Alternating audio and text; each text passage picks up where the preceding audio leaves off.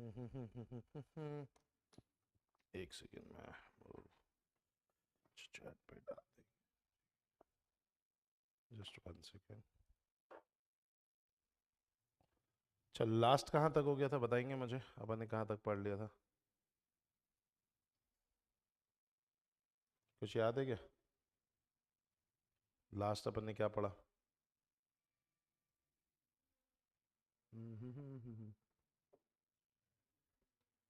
Strategy वाला plan, okay, plan strategy ये सब पढ़ना है। चल अच्छा नहीं सही है, आप एकदम सही हैं। अपन को जो स्टार्ट करना है प्लान स्ट्रैटेजी एंड प्रोग्राम, इनके बारे में पढ़ना है। चल ठीक है, एक सेकंड बस मैं बच्चों को भेज दूँ। घर जाके बिल्कुल पढ़ाई नहीं हो रही क्या? किए थे, फिर यहाँ आके सब भूल क्यों गए? संडे वाला वो चल रहा है, संडे वाले जोन से बाहर नहीं निकल पा रहे हैं। चलो भाई ठीक है। हाँ इसीलिए मैंने वो रखा, मैंने कहा 9:30 ठीक रहेगा, ज़्यादा अच्छा है। पहले 9 रखने वाला था, फिर मैंने वापस कॉल करके स्टाफ को बोला, मैं कहा 9:30 करो, इन लोग 9 बजे भी आएंगे कि नहीं पक्का नहीं है चलो।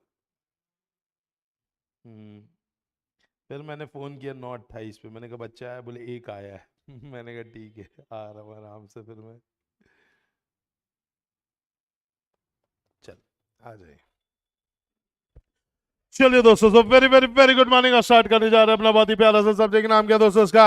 ऑडिट। चलो, तो ऑडिट के अंतर्गत दोस्तों अगर अपन बात करें तो बेसिकली यहाँ पर हमारा जो चैप्टर चल रहा है बेटा, वो है चैप्टर नंबर 4, जिसका नाम क्या है? Preparation for audit.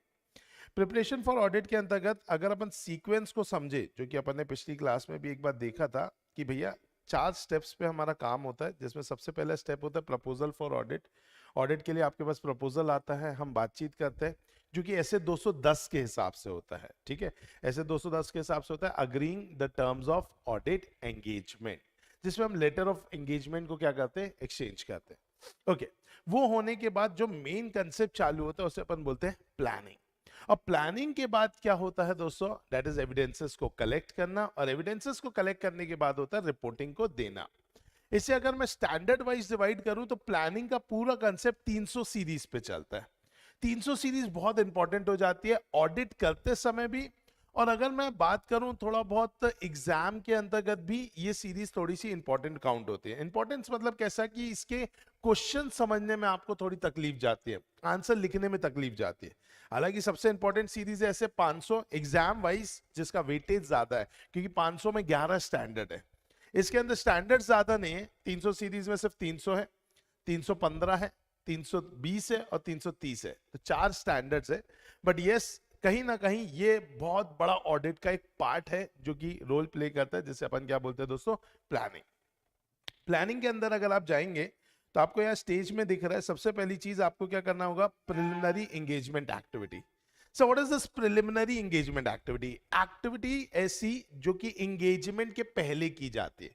मतलब एंगेजमेंट में जब आप जाएंगे, एंगेजमेंट मतलब क्या? ऑडिट करने जब आप जाएंगे, तब आपकी सबसे पहला काम आपका जो करना होगा उसे अपन क्या बोलेंगे? Preliminary engagement activity. दूसरी चीजें अपन समझते ही हैं कि प्लानिंग के अंतर्गत सबसे पहला काम अपन को क्या करना पड़ता है? बताइए, समझना पड़ता है धंधा, और दूसरा समझना पड़ता है धंधा करने का तरीका, उसे बोलते हैं इंटरनल कंट्रोल। और ये धंधा और धंधा करने का तरीका समझ करके हमें क्या समझ में आता है? तो हमें समझ में आता है रोमम। What is रोमम? Risk of material miss statement. आज ऑब्वियस सी बात है, मैं एग्जांपल रिपीट करना चाहूंगा, ये एग्जांपल मैं पहले भी दे चुका हूं। आज नाटा क्लासेस एक बिजनेस है और स्टेट बैंक ऑफ इंडिया एक बिजनेस है। आप ये मत सोचिए कि State Bank of India NATA classes से बड़ा है, बेटा उतना ही है, ठीक है, समझ के आज चलते हैं कि स्टेट बैंक ऑफ इंडिया भी एक बिजनेस है, नाटा क्लासेस भी एक बिजनेस है, दोनों का size of the business same है, नेटवर्थ बोलो, टर्नओवर बोलो, सब कुछ सेम है। लेकिन फिर भी प्रेजेंट सिनेरियो में आप किसकी चेकिंग ज्यादा करोगे? एसबीआई। कारण क्या है? बैंक है, और बैंक में किसका पैसा है?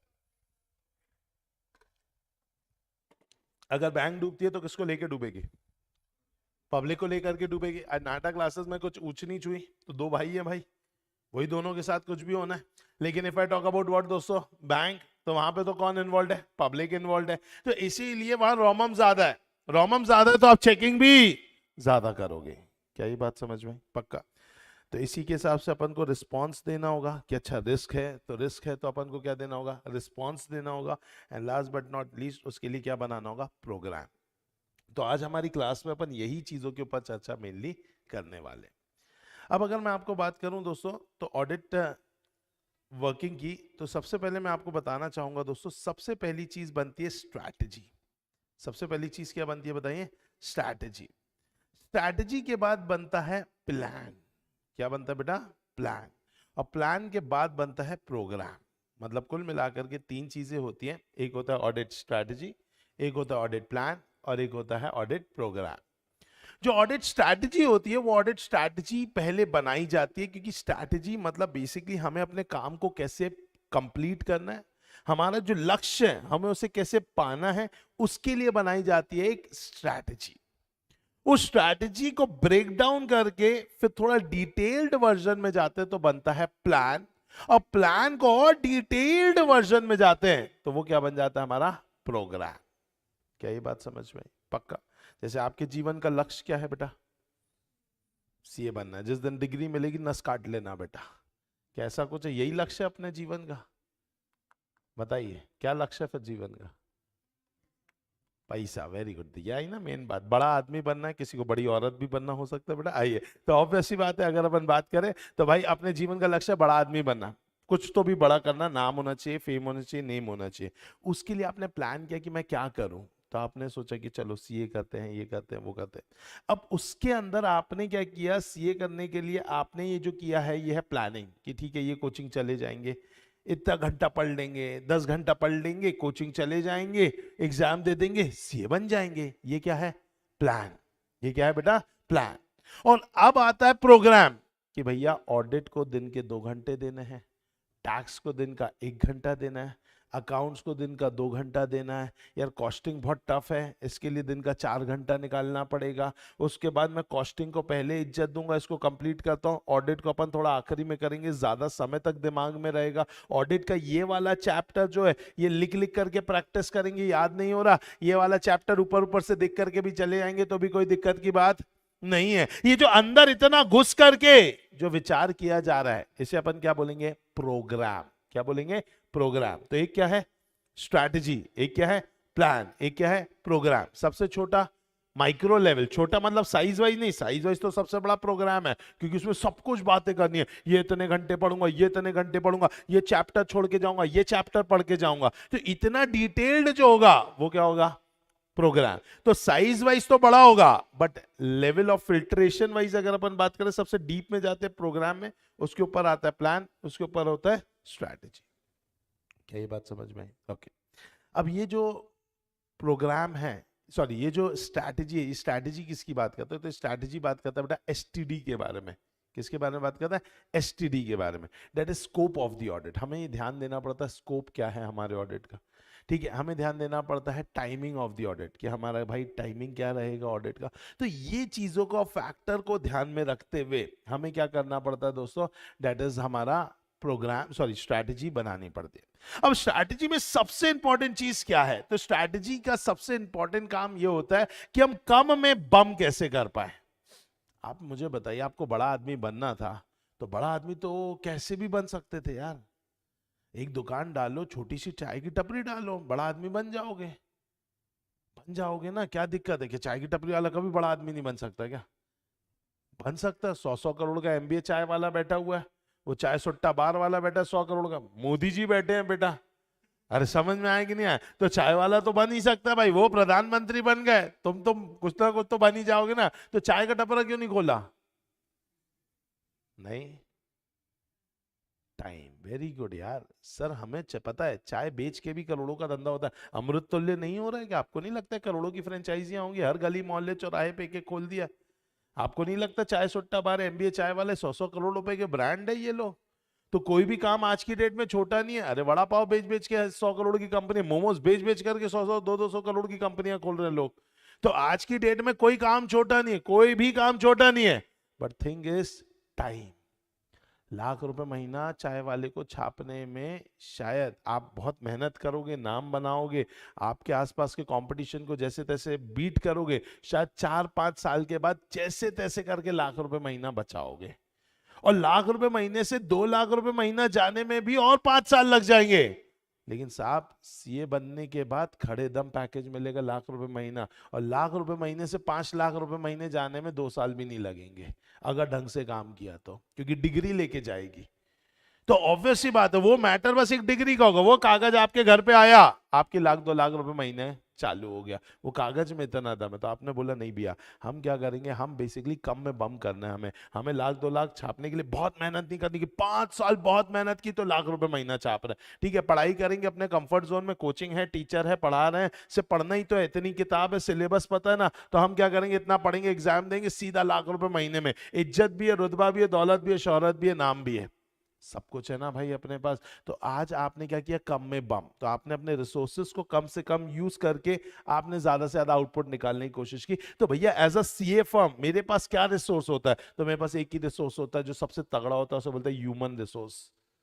अब मुझे अपने ह्यूमन रिसोर्सेज को इतना अच्छे से यूटिलाइज करना है कि मैं अपने ऑडिट के ऑब्जेक्टिव को अचीव कर पाऊं। उसी के लिए क्या बनाई जाती है बेटा, स्ट्रैटेजी। तो स्ट्रैटेजी में क्या लिखा है, understand the need of the client and plan the quantity, quality and timing of the resources like HR, human resources के लिए अपन को देखना है।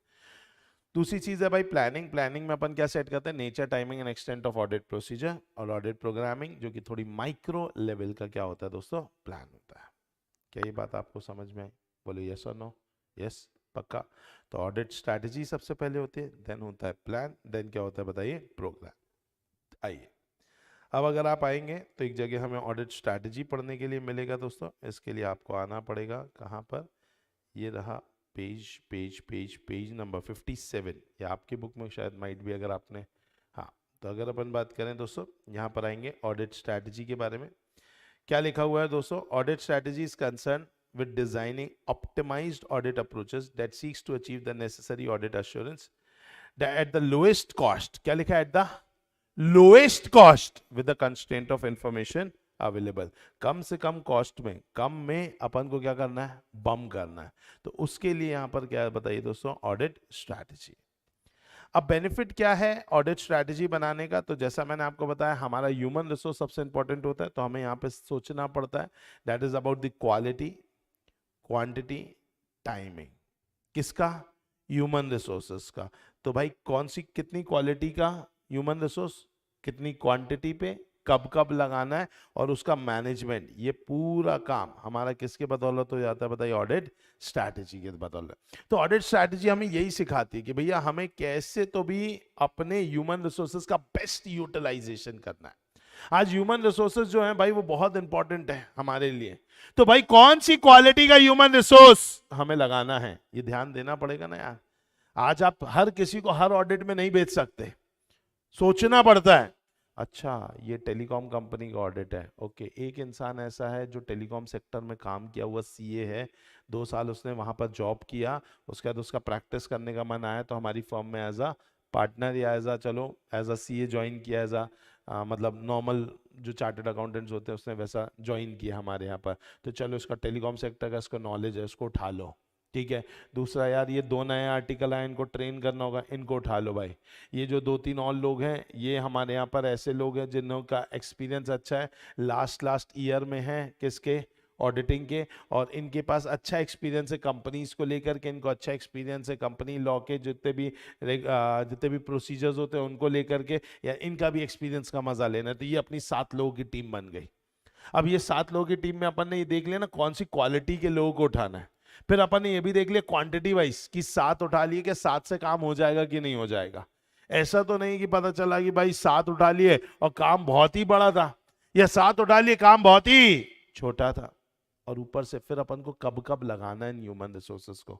लाइक अभी मैं 2 लोगों को यहाँ पे लगा रहा हूँ, ये लोग क्या करेंगे, इस टेलीकॉम कंपनी का काम करेंगे, फिर ये 2 लोगों को 15 दिन के बाद अपन को इस कंपनी में शिफ्ट करना है, तो इनको काम ऐसा दो कि 15 दिन में कंप्लीट कर ले, तो ऐसे ऐसे काम इनको पहले दे दो। तो ये सारा सोचना पड़ता है। ये किस में आता है, बेनिफिट्स ऑफ व्हाट दोस्तों, ऑडिट स्ट्रैटेजी में। क्या ये बात समझ में आई, पक्का। चलो पहला पढ़ेंगे क्वालिटेटिव, पढ़िए और बताइए क्या लिखा हुआ है वहां पर।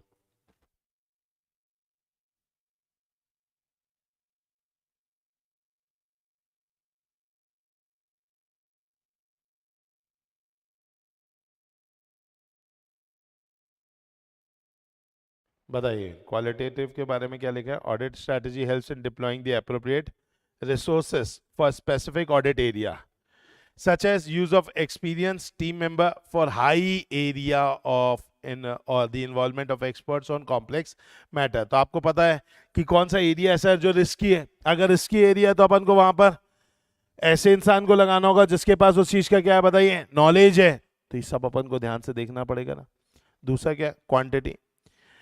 Audit strategy helps in allocating the appropriate number of resources to audit areas such as number of team members assigned to observe the inventory count, extent of review to other auditor work. In case of group audit, the audit budget in hours. Timing, it helps in determining or timing of deploying the resources such as whether interim audit stage or at cutoff date. Management, audit strategy helps in managing, directing, supervising resources such as when team briefing are expected to be held, how engagement partner and manager reviews are expected to take place। तो ये सारा कुछ आप करते, these are the benefits। Exam में आता है what are the benefits of audit strategy, तो आप बताएंगे qualitative, quantitative, timing and management of resources। क्या ये बात समझ में पक्का? चलो आइए, जब आप ऑडिट स्ट्रैटेजी बनाते हैं तो क्या कुछ बातों का ध्यान रखना पड़ता है? आंसर इज यस, उसके बिना तो काम ही नहीं होगा। तो ऐसे कौन से फैक्टर्स है जो कि आपको कंसिडर करने पड़ेंगे व्हाइल एस्टैब्लिशिंग व्हाट दोस्तों, ओवरऑल ऑडिट स्ट्रैटेजी। सबसे पहली चीज, स्ट्रैटेजी बनाने के लिए द मोस्ट इंपॉर्टेंट थिंग जो मुझे लगता है आपको जानना चाहिए वो दो चीजें। पहले जानो अपने बारे में, फिर जानो मंजिल के बारे में। भाई स्ट्रैटेजी बनाने के लिए दोनों चीजें जाननी, पहले जानो अपने बारे में, फिर जानो मंजिल के बारे में। अपने बारे में जैसे आपने अपने आप को बड़ा आदमी बनाना है, आपको बहुत पैसा कमाना है, तो पहले आपने अपने बारे में जाना, भाई मैं क्या कर सकता हूँ, क्या मैं आईआईटी क्लियर कर सकता हूँ, क्या मैंने साइंस लिया है, क्या मैं डॉक्टरी जैसा मेरे अंदर पेशेंस है कि भाई मैं 35 साल तक के पढ़ता रहूं उसके बाद अपनी कमाई चालू करूं, क्या अपने अंदर वैसा पेशेंस है, क्या अपन ने बायो लिया है? Answers no. पहले अपने बारे में जानो, अपन को समझ में, अपन कॉमर्स फील्ड में। फिर जानो कि बनना क्या है, तो भाई बड़ा आदमी बनना है। बड़ा आदमी में भी अपन को रिस्पेक्टफुल बनना है, अपन को ऐसा बड़ा आदमी बनना है कि अपन को मेहनत करे बिना ही लाख रुपए महीना आना चालू हो जाए।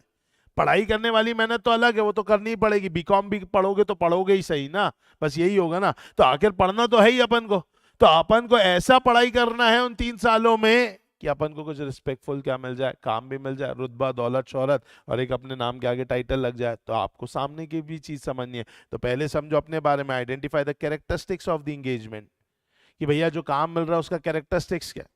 दूसरी चीज जानोगे आप क्या, उसका रिपोर्टिंग ऑब्जेक्टिव। क्या जानोगे बेटा? उसका रिपोर्टिंग ऑब्जेक्टिव। रिपोर्टिंग ऑब्जेक्टिव क्या होता है?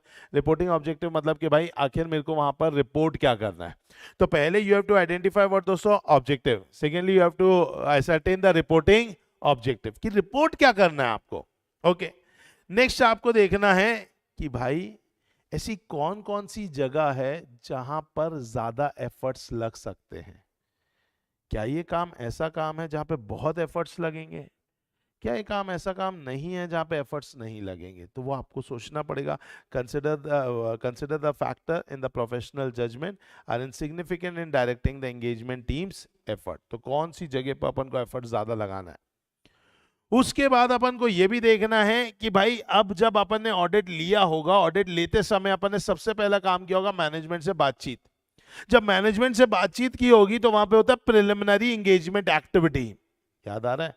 तो प्रिलिमिनरी एंगेजमेंट एक्टिविटी अपन को देखनी पड़ती है कि क्या यहाँ पर काम कैसे हो रहा है, क्या यहाँ पर अकाउंटिंग प्रॉपरली की गई है कि नहीं, क्या एविडेंस निकालने में तकलीफ तो नहीं जाएगी। इसे बोलते हैं प्रिलिमिनरी एंगेजमेंट एक्टिविटी।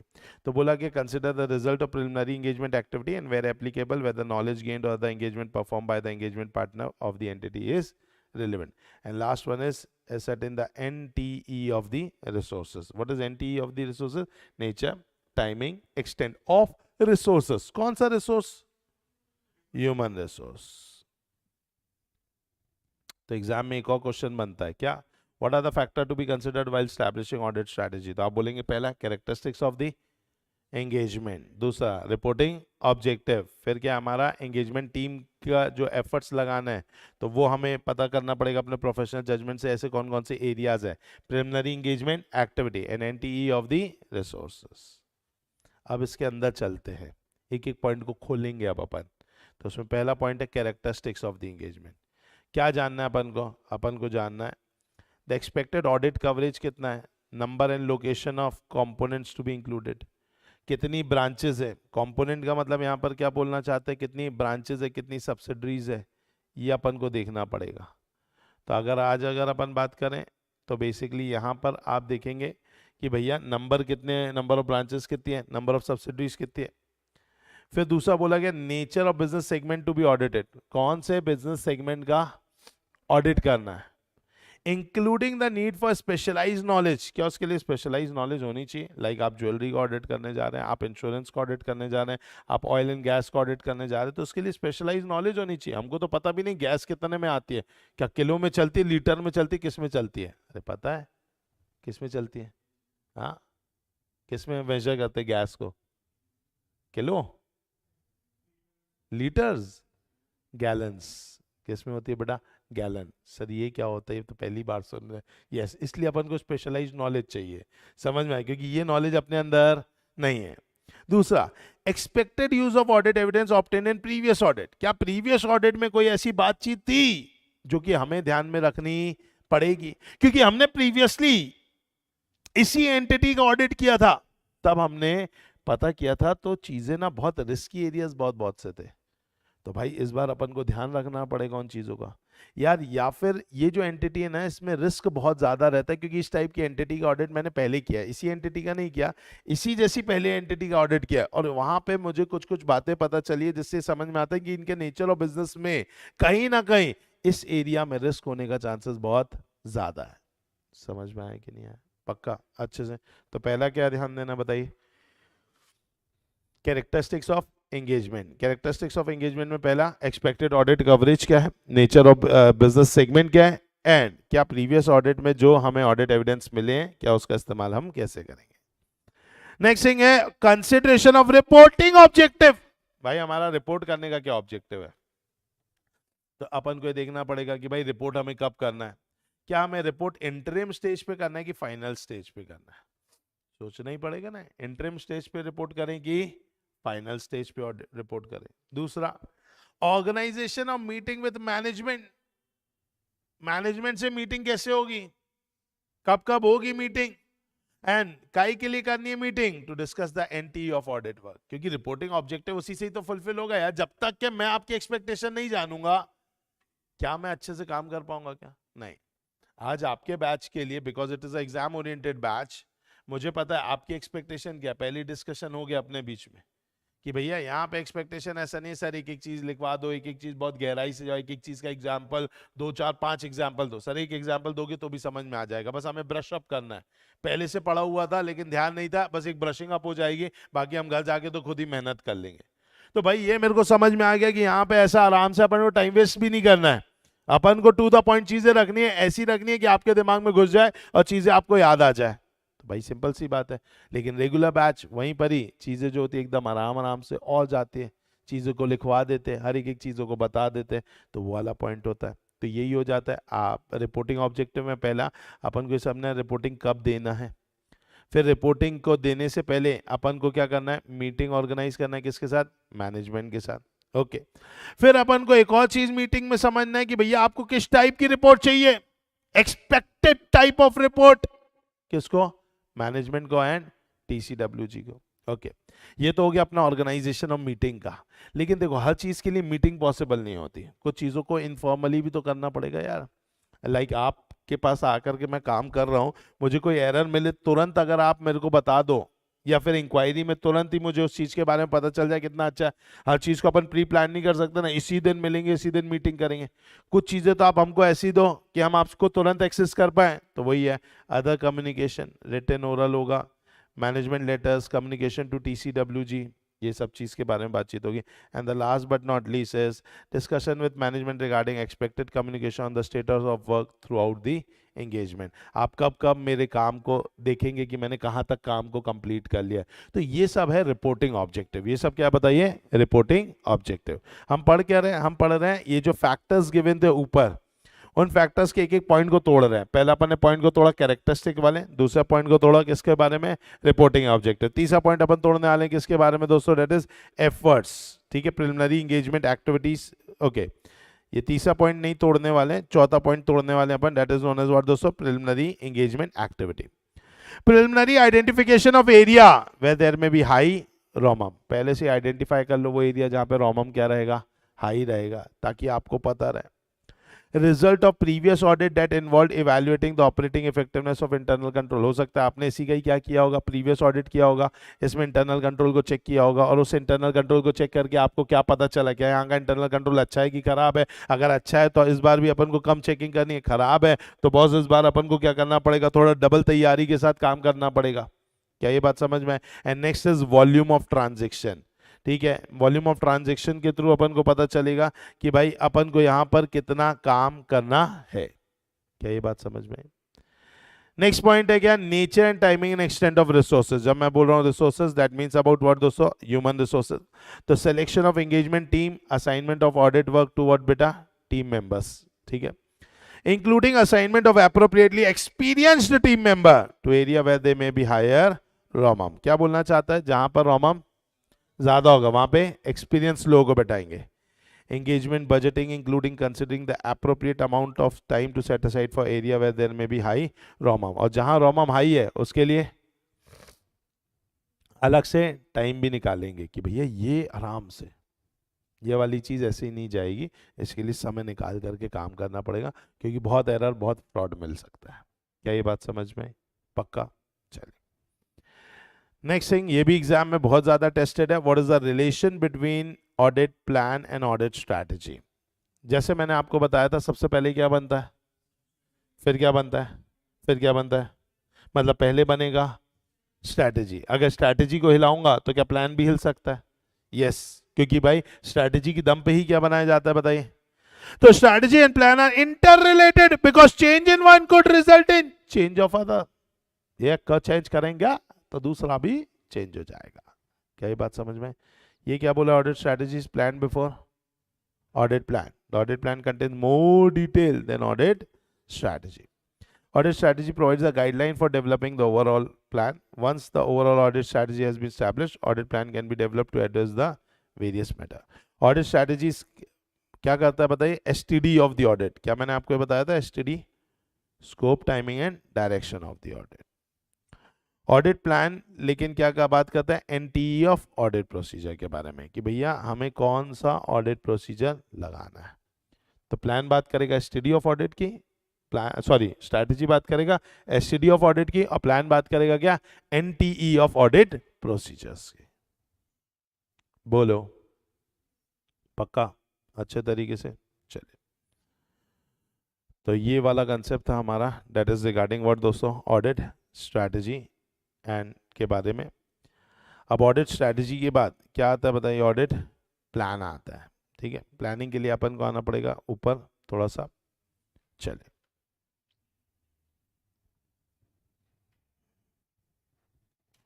मुझे बताइए, अभी अभी अपनी लास्ट जो लाइन कंप्लीट हुई वो क्या बोल रहा था कि ऑडिट प्लान काई के लिए होता है, in order to set the NTE of audit procedure. तो ऑडिट प्रोसीजर का NTE अगर आपको सेट करना है तो उसके लिए आप क्या बनाएंगे बताइए, प्लान बनाएंगे। ओके, प्लानिंग क्यों की जाती है, कभी भी आप प्लानिंग कर रहे हैं तो क्यों कर रहे हैं,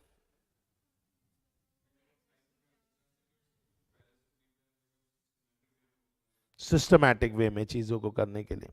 मतलब प्लानिंग उस चीज की लगती है जो काम हमें करना है, अच्छे से करना है और समय पर करना है। समझ में, जब काम आपको अच्छे से और समय पर करना हो तो उसके लिए क्या लगता है, प्लान। आज मेरा भी तो प्लान है ना सारी चीजों का। समझ में आया कि आपके बैच को लेकर के मैंने क्या किया हुआ भाई, प्लान किया हुआ है। फॉर एग्जाम्पल एक दिन मुझे छुट्टी देना पड़ रहा था तो मैंने नेक्स्ट डे सोचा था कि 2 घंटा पढ़ाऊंगा, तुमने उसको भी छुट्टी में कन्वर्ट कर दिया। तो ऑब्वियस सी बात है, तो मैंने यही सोचा कि यार एक दिन मेरा टाइम वेस्ट हुआ, एक दिन मैं अगर अपने प्लान से पीछे जा रहा हूं क्योंकि भाई मैं उस दिन क्लास नहीं ले पा रहा हूं किसी रीजन से, तो मैंने यही सोचा कि मैं नेक्स्ट डे अगर मिली अपॉर्चुनिटी तो मैं ज्यादा क्लास लूं, ताकि मैं अपने लेक्चर्स के प्लान के अकॉर्डिंगली चलूं। तो मैंने भी प्लान बनाया होगा ना कि आपका काम मुझे टाइमली कंप्लीट करना है, तो टाइमली भी करना है प्लस इफेक्टिवली एंड एफिशिएंटली भी करना है। ऐसा नहीं करना ना कि टाइम पे कंप्लीट करना हो तो मैंने क्या कर दिया, पढ़ा पढ़ा पढ़ा पढ़ा करके निकल गया। नहीं, ऐसा पढ़ाना होगा कि आपको समझ भी आए, लगना तो चाहिए क्लास से निकलने के हाँ यार ऑडिट में मजा आ रहा है, तो वो इफेक्टिव क्लास होगी।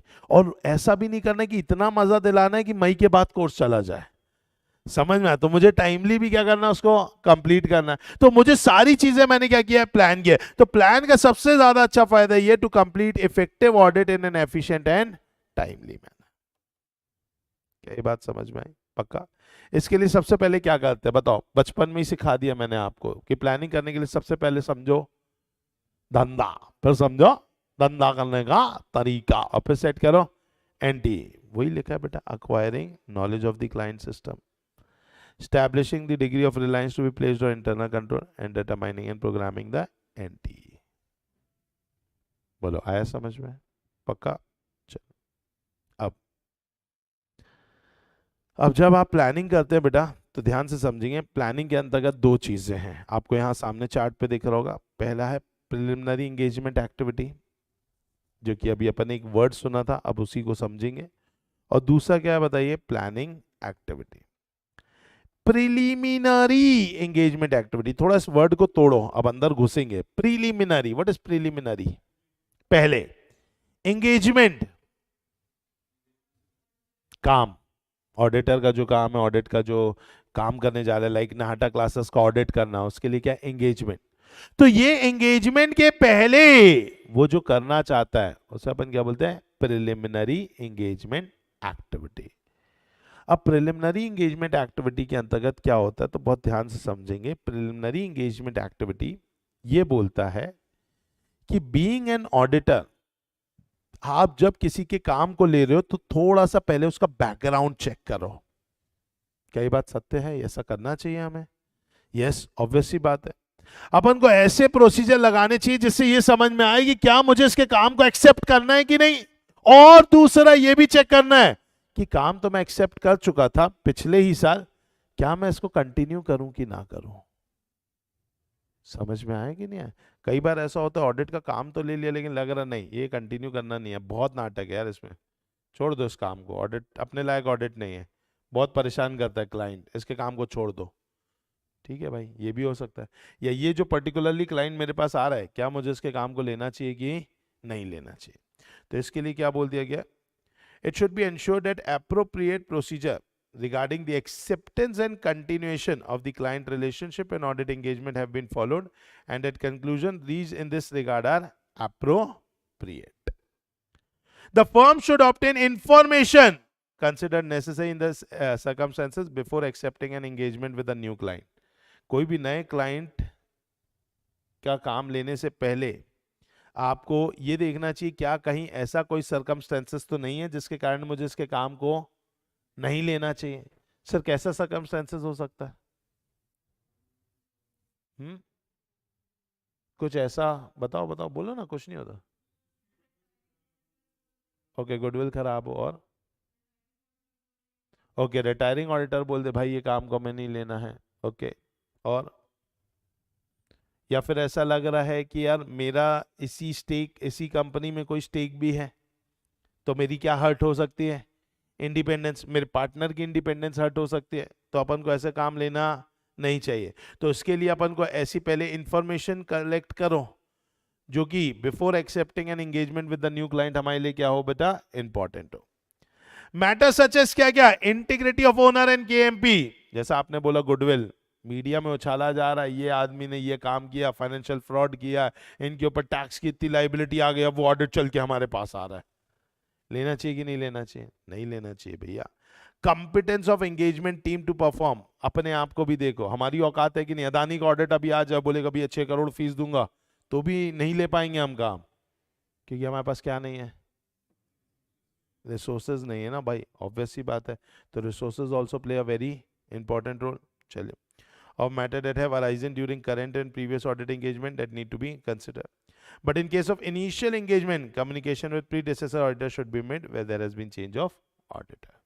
तो सबसे पहला काम अपन को क्या करना है बताओ, प्रिलिमिनरी एंगेजमेंट एक्टिविटी में सबसे पहला काम करना है, ये देखना है कि क्या हमें क्लाइंट के रिलेशनशिप को कंटिन्यू करना है कि नहीं, या नए क्लाइंट के रिलेशनशिप को बिल्ड करना है कि नहीं. क्या ये बात समझ में आई? चलो भैया, नेक्स्ट काम क्या करना है. नेक्स्ट काम अब ये करना है कि भैया ठीक है, काम तो लेने के लिए तैयार हो गए, मन बना लिया है, अब देखना होगा टीम को, क्या हमारे खुद के अंदर सब कुछ प्रॉपर है कि नहीं उस काम को लेने के लिए. पहले तो अपन ने बाहर को चेक कर लिया, बाहर चेक करने के बाद अपने आप को भी तो देख लो कि बाहर सब कुछ सही है, लेकिन अपने अंदर ही कुछ तकलीफें हैं. अपने पास काम बहुत ज्यादा है, अपने पास टाइम नहीं है, अपने पास टीम नहीं है, अपन इंडिपेंडेंट नहीं है. ध्यान देना पड़ेगा इन बातों का भी. जैसे बोलते हैं evaluating compliance with ethical requirement including what, independence. क्या हम इंडिपेंडेंसी को मेंटेन कर पाएंगे नहीं, क्या हम एथिकल रिक्वायरमेंट को फॉलो कर पाएंगे कि नहीं. What is the ethical requirement? Very good, integrity, objectivity, confidentiality, professional behavior, professional skills, IOCP2 plus independence. क्या ये है या नहीं है? The auditor should continuously evaluate with compliance with ethical requirement including independence. Independence means that judgment of one person should not be subordinate to the wishes or direction of the another person. Throughout the audit engagement, the engagement partner should remain alert through observation, making inquiry for evidence of non-compliance with what दोस्तों, relevant ethical requirement. If the matter comes to the engagement partner attention that indicate member of EP have not complied with relevant, the EP in consultation with other in the firm shall determine appropriate action. अगर पता चला कि भाई engagement team के अंदर ऐसा कोई व्यक्ति है जो कि ethical requirement को पूरा नहीं कर रहा है, तो फिर ऐसे केस में engagement partner ने, क्या आपको पता है engagement partner कौन होता है? वेरी गुड, जिसके अंदर पूरा ऑडिट एंड आर्टिकल होता है. सीनियर सीए तो एसी की हवा खा रहा है, 60-70 साल का हो गया, जवानी में बहुत काम किया, तब जाके ब्रांड बना है.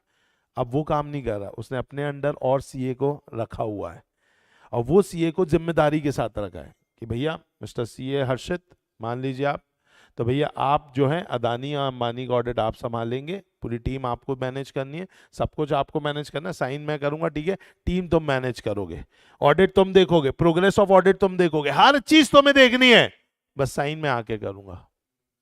वो सीनियर सीए है, वो थोड़ी ना काम करेगा, 60-70 साल का हो गया, अब थोड़ी ना काम करेगा. Now he has engaged what दोस्तों, partner like my father. Right now he is not working as a practising chartered accountant, like fully नहीं, उनका है फर्म है, 20-25 साल से प्रैक्टिस कर रहे हैं, फर्म है, नाम है, अच्छे क्लाइंट्स है, तो उन्होंने भी अपने अंडर क्या डाल दिया, सीए रख लिए, 2-3 सीए रख लिए भाई, 2 सीए रख लिए उन्होंने. अब वो लोग सारा काम करते हैं, लास्ट में पापा को रिपोर्ट कर देते, सर ये हो गया, पापा देख लेते हैं, पढ़ लेते, फाइल सही लगता है, सब कुछ ठीक है, उनका इतना तजुर्बा है काम करने का, वो अपना खुद का कुछ लगाते हैं प्रोसीजर, और प्रोसीजर लगा करके सब चेक कर लेते हैं, उनको पता है किस क्लाइंट का क्या क्या लफड़ा रहता है, इतने साल से काम कर रहे हैं, तो वो पूछ लेते ये पॉइंट चेक किया कि नहीं, ये पॉइंट चेक किया कि नहीं, ये ठीक है कि नहीं, इसका दिखाओ, टैक्स रिटर्न दिखाओ, कैश पेमेंट्स दिखाओ, ये 10 बैठते आधा घंटा, 1 घंटा, 2 घंटा, depending upon the size of the audit, last में लेते, साइन करते, खत्म कर देते. तब वो वैसा काम नहीं कर रहे जो आज से शायद 20 साल पहले वो काम करते थे, तब वो वैसा काम नहीं कर रहे हैं. Getting my point? तो यही तो वर्किंग है भाई. तो आपको क्या चेक करना होगा, आपको ये देखना होगा कि अगर मान लीजिए एंगेजमेंट टीम में कोई इंसान अगर क्या नहीं कर पा रहा है, एथिकल रिक्वायरमेंट को फॉलो नहीं कर पा रहा है, तो you have to consult with other in the firm and you have to determine the appropriate action. क्या ये बात समझ में? इसके लिए ईपी ने क्या करना पड़ेगा, the engagement partner shall form a conclusion on compliance with independence requirement that apply to audit engagement, and in doing so EP को क्या करना होगा, ईपी को सबसे पहले पता करना है क्या ऐसी कोई सिचुएशन है जिसके कारण लग रहा है कि इंडिपेंडेंस क्या हो सकती है, खतरे पे आ सकती है. क्या ऐसी कोई सिचुएशन है? अगर कोई सिचुएशन है ऐसी, तो सिचुएशन को हमें क्या करना पड़ेगा, वेरी गुड, एलिमिनेट करना पड़ेगा.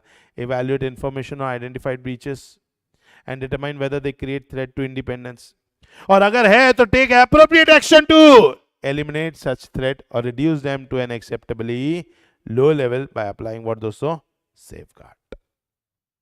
बोलो क्या ये बात समझ में आई? पक्का अच्छे से? तो अपन पढ़ क्या रहे हैं, मैं तो यही भूल गया हूँ। आपको याद है कि अपन क्या पढ़ रहे हैं? हाँ, अपन क्या पढ़ रहे हैं बताओ।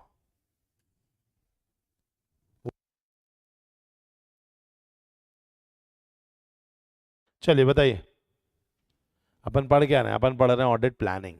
अब प्लानिंग के अंतर्गत अपन पढ़ रहे हैं एलिमेंट्स ऑफ प्लानिंग, जिसमें अपन ने पढ़ रहे हैं दो होते हैं, एक होता है प्रिलिमिनरी एंगेजमेंट एक्टिविटी और एक होती है प्लानिंग एक्टिविटी। अभी अपन किस में है? प्रिलिमिनरी एंगेजमेंट एक्टिविटी, कि भाई ऑडिट करने से पहले कौन कौन एक्टिविटीज को आपको ध्यान से देखना पड़ेगा। ऑडिट करने से पहले आपको जो ध्यान में देना पड़ता है दोस्तों, सबसे पहली चीज यही है कि आपको चेकआउट करना पड़ता है क्या, कि भैया वहां पर हमारा जो ऑडिट है उसको कंटिन्यू करना है कि नहीं करना, पहली चीज वो चेक की जाती है। दूसरी चीज ये देखा जाता है कि भाई क्या हमारे पास पे भी कंप्लायंस विद एथिकल रिक्वायरमेंट है या नहीं है। क्या ये बात समझ में आ गई? चलिए, नेक्स्ट चीज हो जाती है that is establishing understanding the terms of engagement. तीसरा पॉइंट आ जाता है प्रिलिमिनरी एंगेजमेंट एक्टिविटी का, कि टर्म्स ऑफ एंगेजमेंट तो समझ लो। It is in the interest of both the entity and the auditor that auditor sends an audit engagement letter before the commencement of audit to help avoid understanding with respect to the audit. It ensures if there is no confusion with the client regarding the terms of the engagement. क्या बोलना चाहता है मेरे को समझ नहीं आया। Yes, entity को क्या भेजेगा बताइए? लेटर भेजेगा और उनसे बातचीत करेगा। यही लेटर को अपन कौन सा लेटर बोलते हैं? लेटर ऑफ एंगेजमेंट, जो अपन ने कौन से स्टैंडर्ड में पढ़ा है? 210, agreeing the terms of audit engagement. अपन ने ये पढ़ा है कि भैया ये जो लेटर है, ये लेटर जो है ये अपन भेजते हैं और अपन क्लाइंट से पहले ही बातचीत कर लेते हैं कि भैया ये बता प्री कंडीशन ऑफ ऑडिट पूरी है कि नहीं, कि भाई तूने अकाउंट्स प्रिपेयर किया कि नहीं, एज पर एफआरएफ किया कि नहीं, इंटरनल कंट्रोल भाई तेरा काम है तूने ढंग से किया कि नहीं। ये सब करके अपन अंडरस्टैंडिंग ऑफ दी क्या ले लेते हैं? बिजनेस। और फिर सही लगता है तो अंदर घुस करके क्या करते हैं? ऑडिट। तो यही काम है आपका प्रिलिमिनरी एंगेजमेंट एक्टिविटी में। तो प्रिलिमिनरी एंगेजमेंट एक्टिविटी में एक्चुअली में अपन कितने काम करेंगे बताइए? 3 काम। पहला काम हो जाता है क्या? क्लाइंट का कंटिन्यूएशन वगैरह एक्सेप्टेंस के बारे में बात हो जाती है। दूसरा हो जाती है किसके बारे में? डेट इज ऑडिटर की खुद की एथिकल रिक्वायरमेंट हो गया। और तीसरा काम हो जाता है क्या दोस्तों? डेट इज अंडरस्टैंडिंग, या फिर उसके साथ क्या करना? Agreeing the terms of audit engagement, that is LOE के बारे में। और एलओई के थ्रू आप क्या करते हो? You understand the work, you stand the work. क्या ये बात समझ में? पक्का? चलो, इसका चार्ट अपन एक अच्छे से बना लेंगे। इसके बाद रहेगा भाई प्लानिंग एक्टिविटी। प्लानिंग के अंतर्गत अब जैसा आप देख पा रहे हैं, सबसे पहला काम आपको क्या करना होगा? स्ट्रैटेजी बनाना होगा। और स्ट्रैटेजी बनाने के बाद दूसरा काम है क्या करना? ऑडिट प्लान को डेवलप करना। तो सबसे पहला काम क्या है? Establishing overall audit strategy. ठीक है, अब पढ़िए क्या बातें आपको यहाँ पर सेम सेम ही दिख रही हैं। देखेंगे क्या बोल रहा है। ऑडिट स्ट्रैटेजी क्या सेट करता है बताओ? एसटीडी ऑफ ऑडिट सेट करता है, ये अपन अभी अभी पढ़ा है। और प्लान क्या सेट करता है?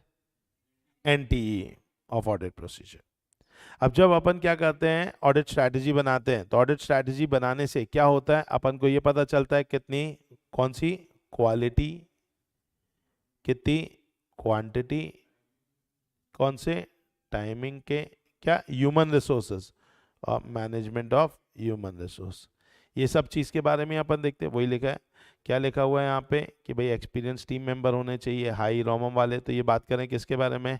Quality. The amount of resources to allocate, ये क्या बात करें? क्वांटिटी। फिर when the resources are to be deployed, ये बात कर रहे हैं timing. And how the resources are manage, दे बात कर रहे हैं मैनेजमेंट की। पढ़ा हुआ है ये वाला। Factor to be taken care, क्या ये पढ़ चुके हैं? पहला identify the characteristics of the engagement, वही बातें हैं, रिश्ता वही, सोच नहीं बेटा, आया कि नहीं? दूसरा क्या? रिपोर्टिंग ऑब्जेक्टिव, यही पढ़ा था। प्रिलिमिनरी एंगेजमेंट, ठीक है, वो ये रहा प्रिलिमिनरी एंगेजमेंट। और इसके अलावा अपन ने पढ़ा था क्या? एसेटिंग द एनटीई ऑफ रिसोर्सेस। तो अपन ने वहां पे सारे पॉइंट्स पढ़े थे, अगर आपको याद होगा तो। एक पॉइंट बस नहीं पढ़ा था, वो था ये वाला पॉइंट। याद आ रहा है? ये पॉइंट वहां पर मिसिंग था नीचे। ठीक है, अगर आप देखेंगे तो देखो कैरेक्टरिस्टिक्स ऑफ एंगेजमेंट था, कंसिडरेशन था, प्रिलिमिनरी एंगेजमेंट था, ये था। बट कौन सा पॉइंट नहीं था?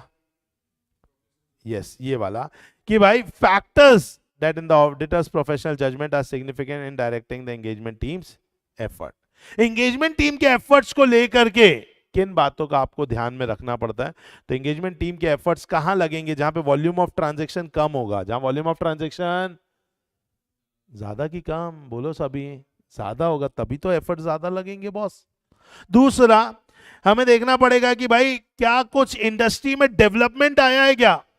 जैसे एग्जांपल, गवर्नमेंट ने बोल दिया है कि बॉस टेलीकम्युनिकेशन इंडस्ट्री को ये नई रिपोर्टिंग है, भाड़ में जाए टेलीकम्युनिकेशन बैंक में लोग बदलते ही रहते हैं, ये रिपोर्ट नहीं चाहिए, ये हमको नया चाहिए, ऐसा हमको नई रिपोर्टिंग चाहिए। तो भैया अगर आपके पास बैंक ऑडिट है तो थोड़ा ध्यान से, there is a new changes, नई रिपोर्ट मांगने लग गई सरकार बोल रही है, आरबीआई बोल रही है ये रिपोर्ट चाहिए, वो रिपोर्ट चाहिए, फैमा बोल रहा है मुझे ये रिपोर्ट दो। अब बैंक ऑडिट करने जाओगे तो आरबीआई भी पीछे पड़ेगी, फैमा भी पीछे पड़ेगी, गवर्नमेंट कंपनीज एक्ट भी पीछे पड़ेगा, जमाने भर के एक्ट लग जाते हैं, ध्यान देना पड़ेगा आपको, थोड़ा हर एक्ट को पढ़ना पड़ेगा, ऐसे काम नहीं चलेगा। फिर तीसरा, significant changes in the FRF के अंदर के जो चेंजेस हैं। Last but not least, other significant relevant developments such as changes in legal environment affecting the entity। ये कुछ ऐसी बातें हैं जो अफेक्ट करती हैं किसको? हमारी एंगेजमेंट टीम के एफर्ट को, कि एंगेजमेंट टीम का एफर्ट हमें कहां पे ज्यादा देना है, तो वो चीज हमें यहां से पता चलती है। क्या ये बात समझ में? पक्का? तो ये सारे फैक्टर्स अपन ने पढ़ लिए थे, वही बातें लिखिए। नेक्स्ट क्या बोला है? Nature of audit plan, a continuous and iterative process. क्या बोल रहा है? ऑडिट प्लान क्या है? ऑडिट प्लान क्या है? क्या बोलना चाहता है? हाँ, कैसा प्रोसेस है? कंटिन्यूस। ऐसा नहीं होता प्लानिंग एक बार करो और बैठ जाओ जिंदगी भर के लिए, नहीं हो सकता है। प्लानिंग बार बार बदलती है। क्या मैं जान सकता हूं क्यों बदलती होगी बार बार?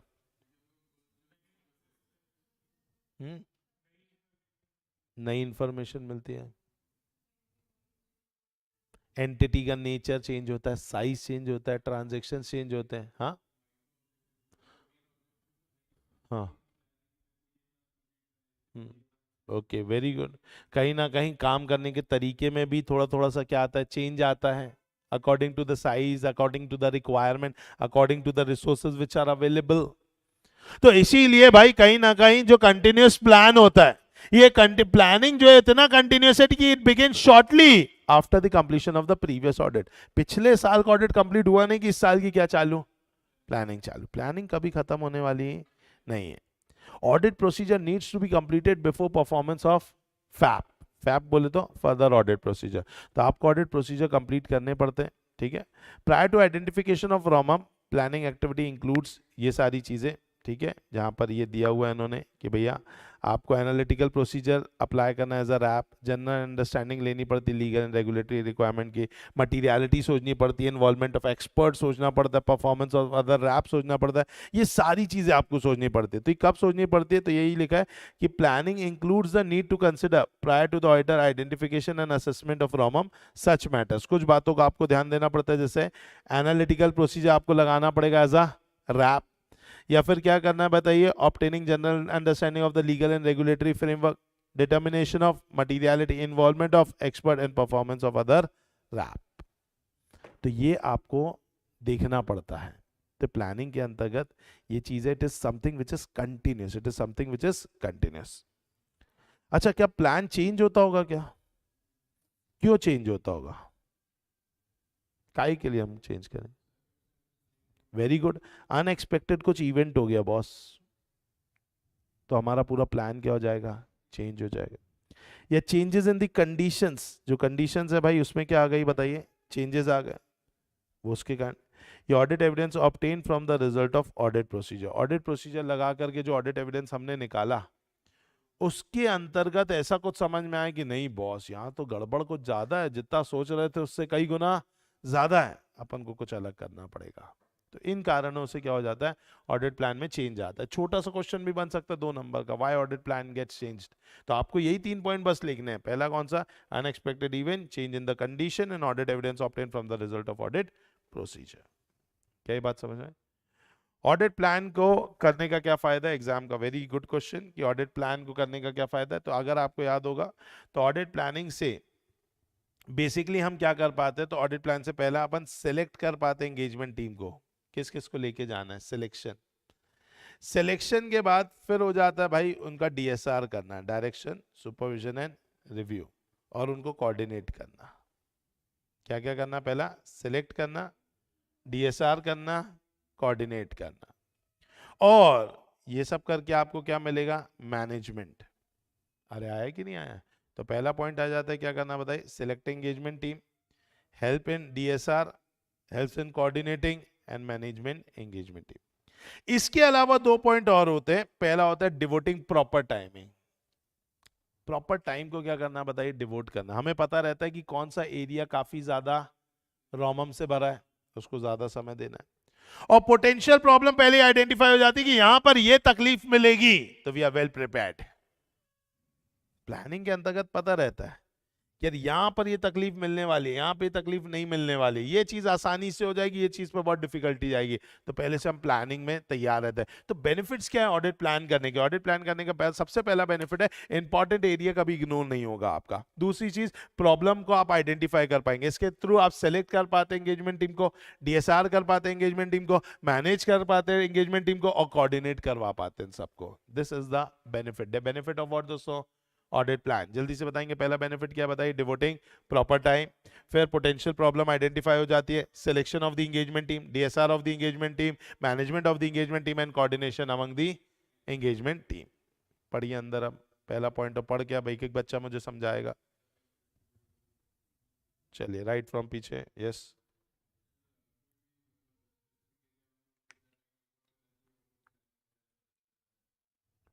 प्लानिंग से पता चल जाता है कि कौन सा इंपॉर्टेंट एरिया है और उस पर अपन को कैसे डिवोट करना है time. Very good, next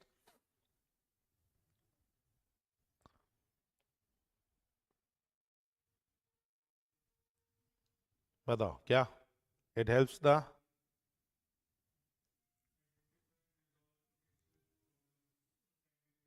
timely basis पर हम क्या कर पाते हैं, आइडेंटिफाई कर पाते हैं क्या पोटेंशियल प्रॉब्लम होगी, और उसे रिजॉल्व भी कर पाते हैं किस पे, टाइमली बेसिस पे। चलो हाँ बिल्कुल सही है। ओके नेक्स्ट पॉइंट पढ़ेंगे, भूमिका सिलेक्टिंग वाला।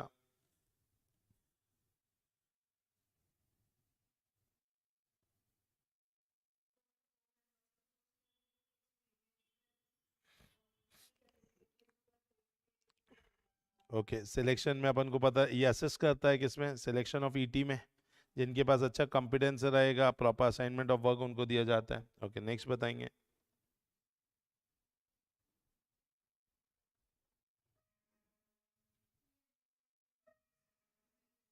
एंगेजमेंट टीम को डायरेक्ट करने में, सुपरवाइज करने में, रिव्यू करने में हेल्प करता है।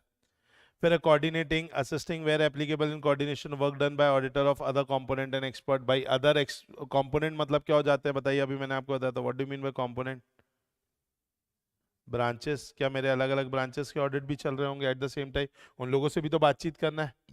लाइक मैं यहाँ नाटक क्लासेस रायपुर में बैठा हूँ, तो नाटक क्लासेस जबलपुर भी है, तो वहां पे भैया कैसा क्या है, हम दोनों का मेन एक साथ ही जाएगा ना भाई ऑडिट रिपोर्ट, तो इसीलिए भाई उनके साथ भी कोऑर्डिनेट करना, तुम्हारा काम कहाँ तक पहुंचा। And last but not least is what दोस्तों, मैनेजिंग ईटी। क्या ये बात समझ में आई, पक्का। तो what are the benefits of audit plan, तो ऑडिट प्लान की क्या बेनिफिट है, पहला devoting proper time, identifying proper problem, managing ET, selecting ET, help in DSR and help in coordinating with other auditors. क्या ये बात समझ में आई, पक्का। तो अभी तक अपन ने दो ही पॉइंट पढ़े हैं। पहला पॉइंट किसके बारे में पढ़ा है बताइए, ऑडिट स्ट्रैटेजी। ऑडिट स्ट्रैटेजी से ही हम क्या बनाते हैं बताइए, ऑडिट प्लान। बेटा क्या बनता है बेटा, प्लान। और प्लान से हमारा क्या बनेगा बताइए, ऑडिट प्रोग्राम। सबसे माइक्रो लेवल पे कौन सा है, प्रोग्राम। तो प्रोग्राम सबसे माइक्रो लेवल पे, सबसे कम लेवल पे, छोटे लेवल पे जो है वो है प्रोग्राम। प्रोग्राम की अगर अपन बात करें तो प्रोग्राम क्या बात करता है, तो पढ़ेंगे क्या लिखा हुआ है, it consist of series of verification procedure. क्या बोल रहा है, series of verification procedure that is to be applied to financial statement and accounts of a given company for the purpose of obtaining what दोस्तों, sufficient evidence to enable the auditor to express an informed opinion on such statement। तो भैया यहाँ पर auditor क्या करता है, एक series of verification procedures, समझ में आ रहा है, तो वो अप्लाई करता है, ठीक है, और उसके दम पर हम क्या करते हैं, ऑडिट एविडेंस को कलेक्ट करते हैं। अब अगर अपन बात करें दोस्तों, ऑडिट प्रोग्राम अगर आपको बनाना हो, तो ऑडिट प्रोग्राम बनाने से पहले आपको सबसे पहले क्या करना होगा, आपको इज्जत देनी होगी nature, size and composition of the business को। कौन सा बिजनेस का क्या साइज है, कौन सा धंधा है, क्या ये ज्वेलरी का बिजनेस है, इंश्योरेंस का बिजनेस है, बैंकिंग का बिजनेस है, टेलीकम्युनिकेशन का, काय का बिजनेस है, एंड हमें देखना होगा composition of the business, and साथ ही साथ उस बिजनेस का इंटरनल कंट्रोल समझना होगा। तो उसके थ्रू अपन को पता चलेगा कि अपन को कितना ऐसा काम करना है जिससे अपन स्टैंडर्ड बोल पाए। इतना तो कम से कम करना ही पड़ेगा ना, इससे ऊपर कर दिया तो बेस्ट है। जैसे कि भाई मुझे बैच में कम से कम 6 टेस्ट लेने, 6 टेस्ट मेरा मिनिमम है, मैंने 8, 10, 15, 20 ले लिए तो मजा ही आ जाएगा। तो वो एक स्टैंडर्ड तो आपको बनाना पड़ेगा। तो सबसे पहली चीज आपको nature, size and composition of the business देखना है, जिसके दम पर आप क्या करेंगे, आप ये देखेंगे कि इंटरनल कंट्रोल पर वो कितना डिपेंडेंट है, उसके दम पर आपको क्या समझ में आएगा कि मिनिमम अपन को कितना एसेंशियल काम करना है।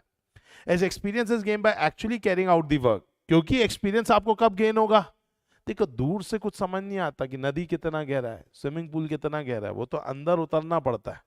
तो इसके लिए आप जब अंदर उतरोगे तो समझ में आएगा कि कैसे अपन को काम करना है। धीरे धीरे धीरे उतरना है, कूद मत जाना, डूब जाओगे। धीरे धीरे काम करोगे, अपने हिसाब से अपने आप को ऑल्टर करना पड़ेगा। तो जब एक्चुअली काम, तभी जब एक्चुअली एक्सपीरियंस कब गेन होगा, जब आप एक्चुअली काम को करोगे। तो प्रोग्राम में भी alter to take care of situation which were left out originally but were found relevant for the particular concern. या फिर ऐसा भी हो सकता है कि हमें कुछ चीज अननेसेसरी लगी, उसे छोड़ देंगे। जिसे हमें पहले लग रहा था काफी नेसेसरी है, बाद में पता चला it is unnecessary, we can left it, okay we leave it, not issue. फिर क्या बोला, the assistant engage in the job should be encourage to keep an open mind. क्यों ओपन माइंड? ये असिस्टेंट कौन होता है पहले तो ये बताओ बेटा। आर्टिकल, आर्टिकल लोगों को क्या बोलना है कि तुम लोग अपना दिमाग खोल करके चलो। क्यों? क्योंकि काम कौन कर रहा है, वो लोग कर रहे हैं यार। वो लोग ही नहीं बताएंगे कैसे चलेगा, दिमाग खुला रख के काम करो ना यार। प्रॉब्लम तो तुम लोग को आइडेंटिफाई करनी, हम तो सीए कमरे में बैठे रहेंगे यार। जो काम करने के लिए तो मजदूर ही भेजेंगे ना, अरे आएगी नहीं है तो आप ही लोगों को तो भेजा जाएगा, हम थोड़ी ना काम करें। सीए करने के बाद भी काम करना पड़ेगा तो क्या मतलब सीए करने का, इससे अच्छा पहले से ही काम ना कर ले आदमी। बताया तो अभी, चाय की टपरी के अंतर्गत ऐसा नहीं लाख रुपए महीना नहीं छापोगे, 5 साल बाद छापोगे। अभी तो यहाँ आराम से एसी में बैठे हो ना, आराम से बैठे हो, सुन रहे हो, कोई दिक्कत की बात नहीं, उतनी मेहनत नहीं करनी पड़ रही ना जितनी चाय वाली को करनी पड़ रही है। लेकिन 5 साल बाद वो लाख रुपए छापेगा तो तुम 3 साल के अंदर ही लाख रुपए महीना छापने लग जाओगे।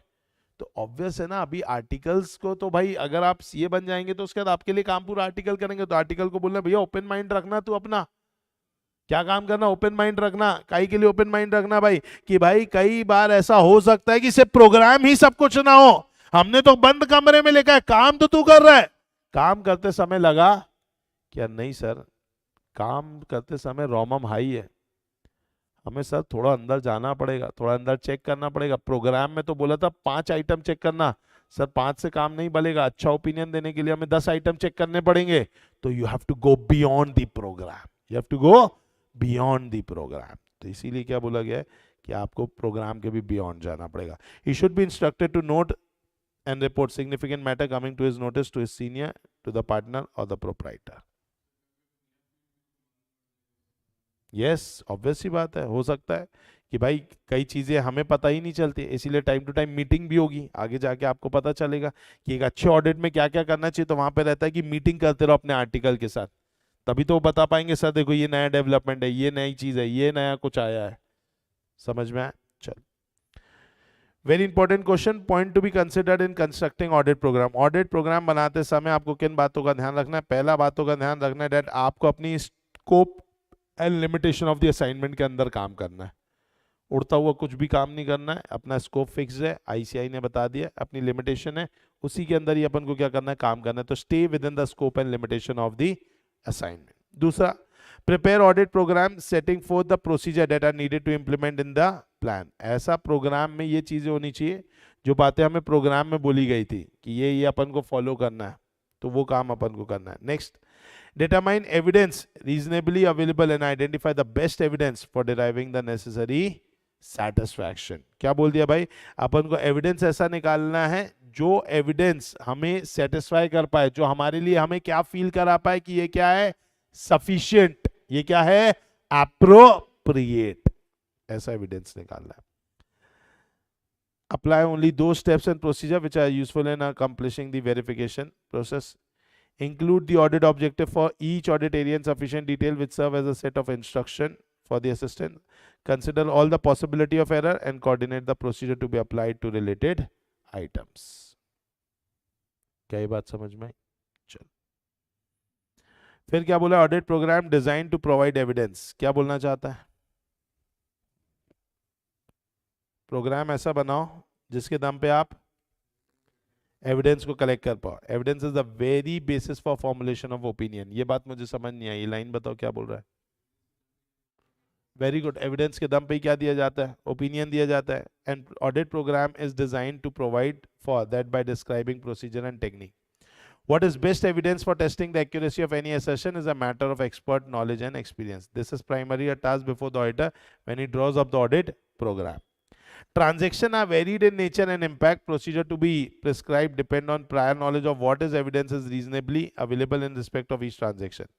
For example, sales are evidenced by price list, forwarding notes, inventory issue, sales manager, acknowledgement of receipt, collection of money. इससे अपन को क्या पता चलता है, सेल्स के बारे में. ये सेल्स के एविडेंस है. तो आपने ऑडिट प्रोग्राम में जब लिखना है तो ऐसे एविडेंस के बारे में, चेकिंग के बारे में लिखना है जो कि वहां पे मौजूद हो और जिनको देख करके आप वाकई में ऑडिट को कंप्लीट कर पाए.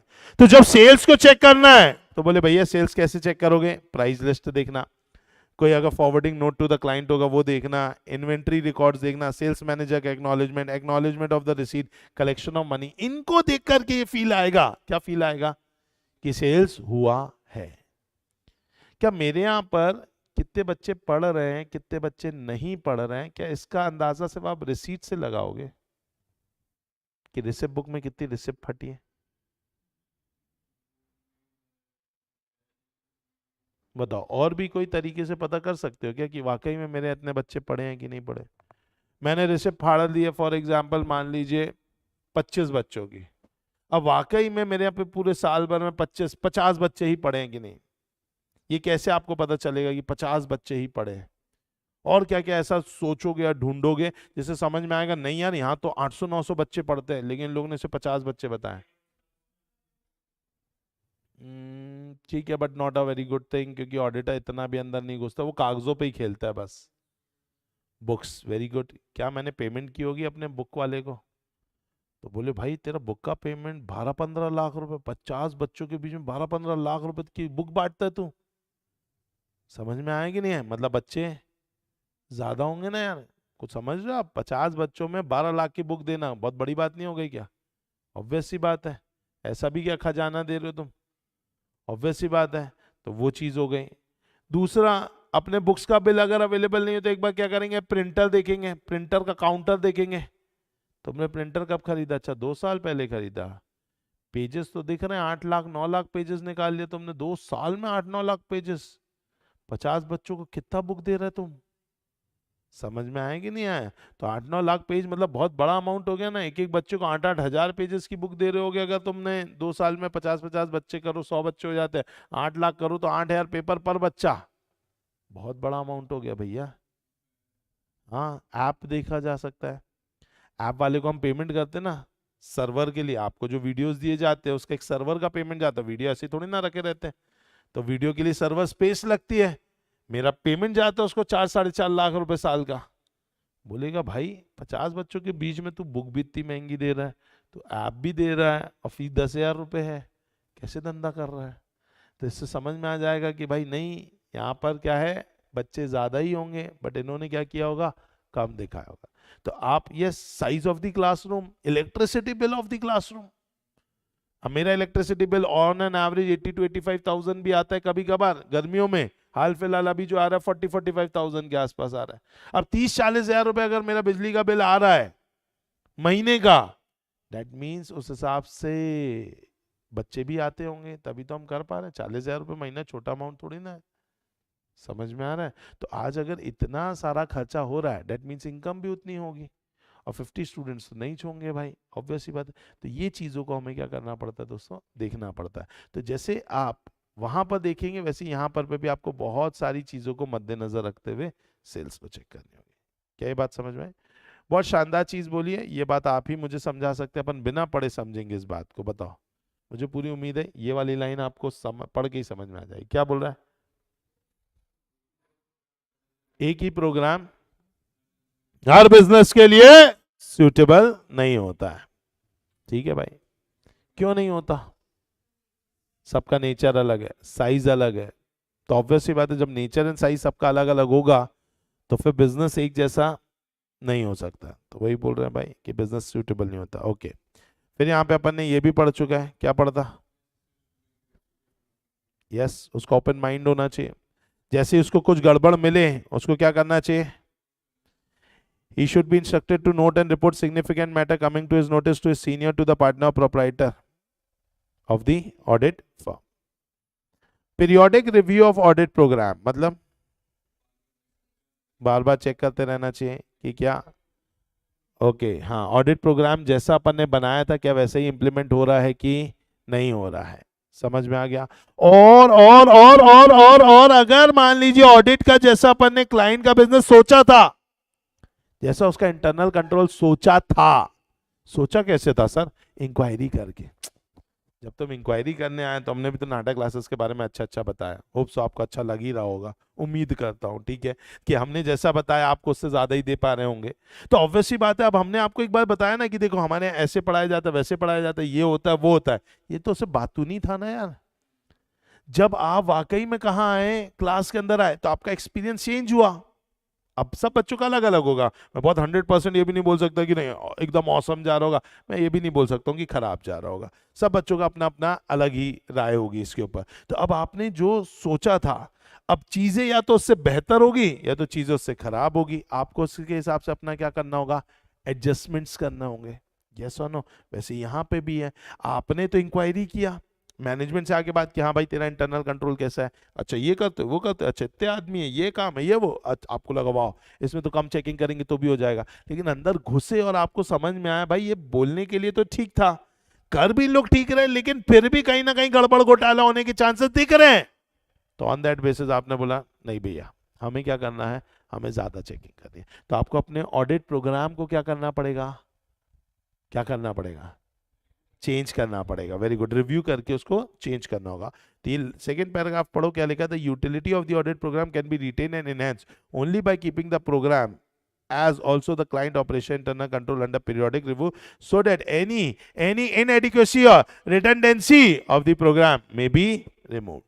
However, as a basic feature, the audit program not only lists the tasks to be carried out but contains a few relevant instructions like extent of checking, sampling, etc. So long as program is not officially changed by principal, every assistant should unfailingly carry out the detailed work according to the instruction governing the work. बोल दो ना जरा, पक्का? चलो, ये अपन पढ़ चुके हैं, ऊपर वाला ही पॉइंट आ गया है वापस से। Audit programme design to provide what दोस्तों? Audit evidence. चलो, इसके बाद है developing the audit programme. Audit programme को जब आप डेवलप करते हैं तो कुछ बातों का ध्यान रखना है। पहला, written audit programme. Audit programme कौन से फॉर्म में होना चाहिए? रिटन फॉर्म में। दूसरा, वो ऐसा होना चाहिए जिससे अपन अपने किसको पा पाए? ऑब्जेक्टिव्स को। ऑडिट प्रोग्राम बनाते समय ऑडिटर को ये देखना पड़ेगा कि मैं कितना विश्वास कर सकता हूँ, किसके ऊपर? इंटरनल कंट्रोल के ऊपर। फिर उसे ये देखना पड़ेगा कि भाई मुझे कहीं ना कहीं क्या करना है, मुझे कौन सा काम कब करना है, एग्जीक्यूशन ऑफ ऑडिट प्रोसीजर। जैसे आप मुझे बताओ बेटा, आप अगर नाटक क्लासेस के ऑडिटर होगे तो आप जो भी एसेट्स होंगी इसको कब वेरीफाई करोगे? आप नाटक क्लासेस के ऑडिटर हो तो आप मुझे बताओ एसेट्स को कब वेरीफाई करोगे? एट द ईयर एंड और डेली? तुम्हें मेरी एसेट्स पता है क्या क्या है? बताओ। ओके, ये जो दिख रहा है आसपास, एसी, छाता वाली लाइट, कैमरा, ये मॉनिटर, ये आईपैड्स, ये लैपटॉप्स, ये वॉलेट मेरा है बेटा, नाटक क्लासेस का नहीं है, ठीक है। ऑब्वियस सी बात है, ये माउस है, ये पानी की बोतल है, ये बेंचेस है, ये टीवी है। ये आप हर दिन आकर के गिनोगे ना, बेंचेस हर दिन गिनोगे ना, तो फिर ईयर एंड ही गिनोगे ना। वही तो बोल रहा है कि भाई कब करना है। For example verification of cash balance at the year and, observing physical count procedure when conducted by the client, ये आपको ईयर एंड पे करना होगा। तो इसको प्रोग्राम में डालना पड़ेगा ना, कौन सी चीज को कब करना है, उसके लिए आपको प्रोग्राम में लिखना पड़ेगा। And last one is audit planning. Audit planning ideally commences at the conclusion of the previous year audit, and along with program, it should be reconsidered the modification as audit progress. बोलो पक्का। चलिए last thing, advantages and disadvantages. आप मुझे बताइए audit programme का फायदा किसको होता होगा?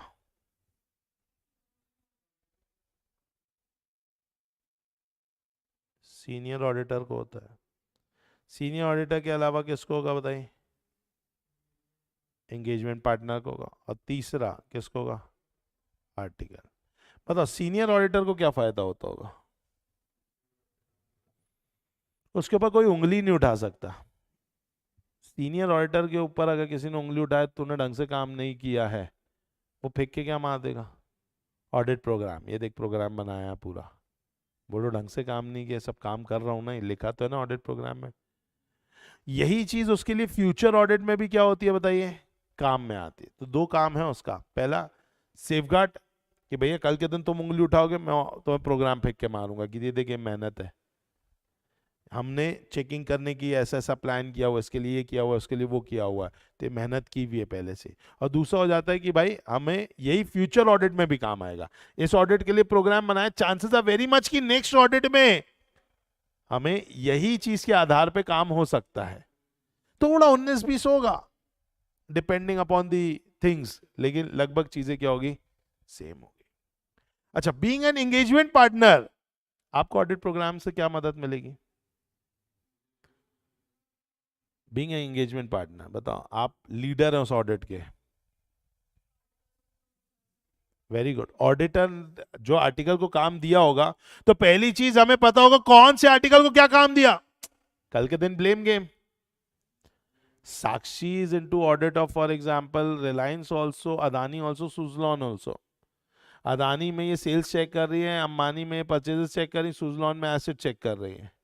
अब मैंने बोला कि भाई मैंने आपको काम दिया था ना एसेट का अदानी में, बोले नहीं नहीं सर वो सुजलॉन में दिया। मैं कहा नहीं मेरे को याद है मैंने दिया। बोले नहीं सर आपने मुझे वो नहीं दिया था, आपने मुझे सेल्स करने के लिए दिया। मैं कहा नहीं आपने नहीं किया, ये है वो है। अब मैंने सुना रहा हूँ खामा का, क्योंकि मैं खुद कंफ्यूज हूँ। इससे अच्छा क्या करना चाहिए मेरे को? ऑडिट प्रोग्राम उठाने का। किसको काम दिया? अरे ये काम तो हर्षित को दिया, हर्षित को सुनाएंगे।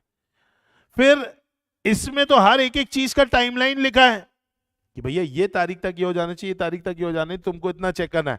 हाँ भाई हर्षित आज इतनी तारीख हो गई, आज आपका 70% काम हो जाना चाहिए था। हाँ भाई कहाँ तक पहुंचा? बोले सर आज तो पहला दिन है मेरा।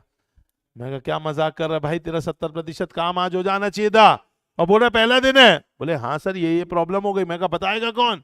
अब फिर और 2 बंदों को लगाना पड़ेगा अपन को, काम कंप्लीट करना जल्दी, ऑडिट का टाइमलाइन आ गया। तो यहां से क्या हो जाता है, मुझे चीजें समझ में आती है किसको इंपॉर्टेंस देनी है, किसको इंपॉर्टेंस नहीं देनी है। तो इससे क्या हो जाता है, इससे मैं progress of work done check कर पाता हूं, मैं रिस्पॉन्सिबिलिटी को फिक्स कर पाता हूं, सुपरविजन कर पाता हूं। काम कैसा होता है बोलो?